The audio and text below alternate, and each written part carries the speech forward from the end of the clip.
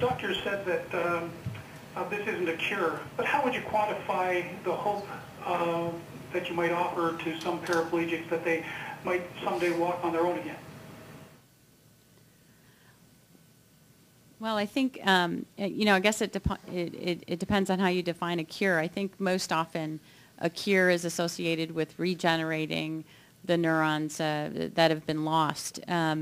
But really, this approach, or where we're taking this, is an incremental approach. So although we haven't solved the problem of walking, we've seen gains in different areas, and we want to explore those and then identify at what point that it becomes, that the benefit of this becomes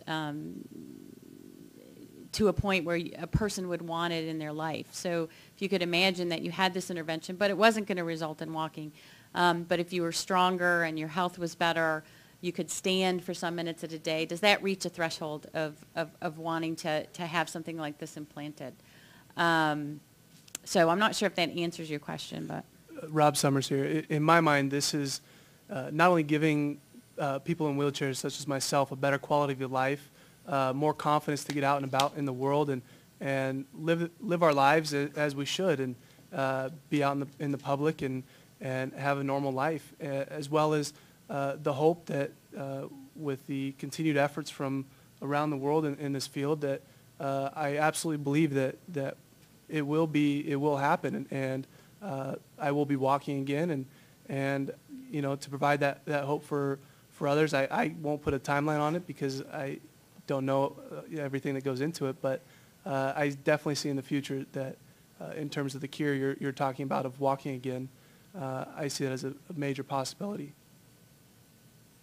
Reggie Edgerton here. I think the way I look at this, at this point, we don't know what kind of patient can benefit how much. And we desperately want to know that, of course. But what we've done, again, is demonstrate proof of principle of a new approach to recovery of potentially multiple functions. And so we've really just opened the bag.